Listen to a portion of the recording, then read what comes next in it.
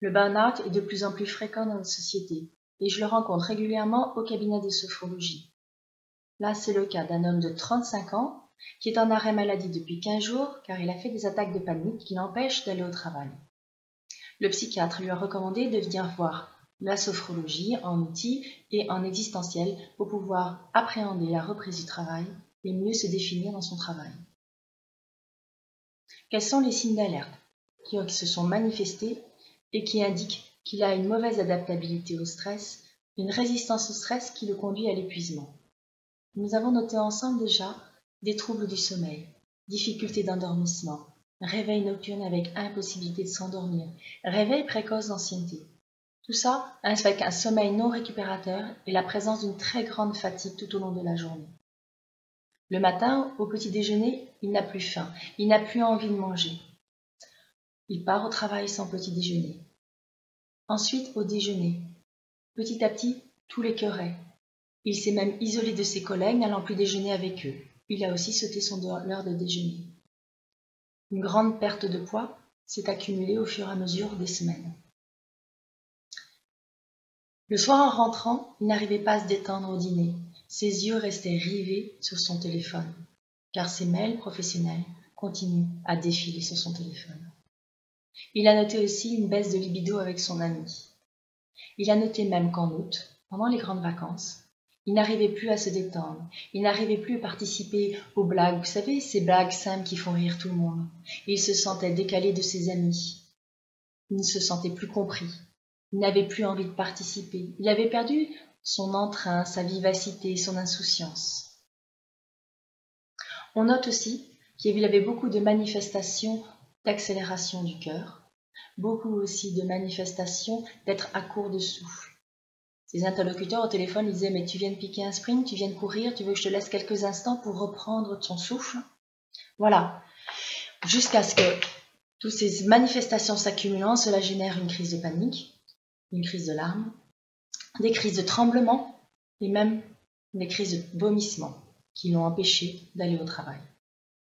Alors effectivement, qu'est-ce qui a changé?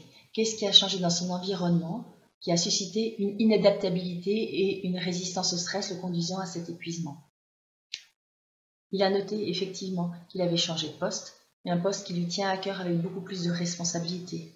Il se sent tout le temps dans l'urgence et son humeur a beaucoup changé.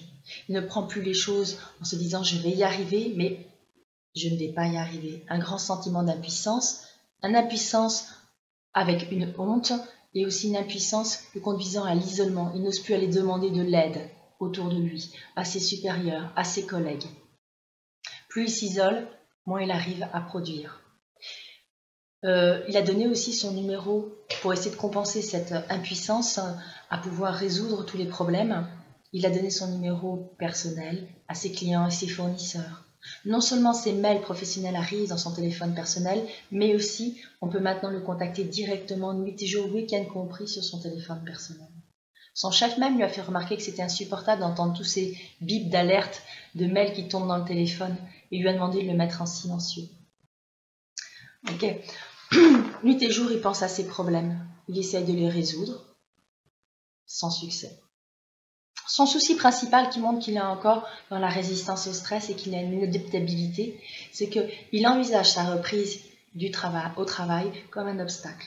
Non seulement il est dans l'anxiété du regard des autres, que vont penser les autres de moi?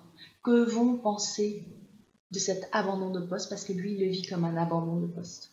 Deuxième chose, c'est comment est-ce que je vais arriver à faire cette reprise du travail avec tout le travail qui m'attend, tous ces dossiers dans l'urgence qui m'attendent? Il n'arrive pas à hiérarchiser les priorités. Alors effectivement, le psychiatre lui a recommandé de faire des outils de sophrologie. Dans les outils de sophrologie, nous apprenons grâce aux pauses d'intégration à prendre du recul par rapport aux événements. Les outils de sophrologie, ça peut être des exercices de respiration simples, des exercices de respiration simples qui permettent juste de calmer le jeu, de reprendre son souffle. Ça peut être aussi des exercices beaucoup plus profonds pour se rééquilibrer.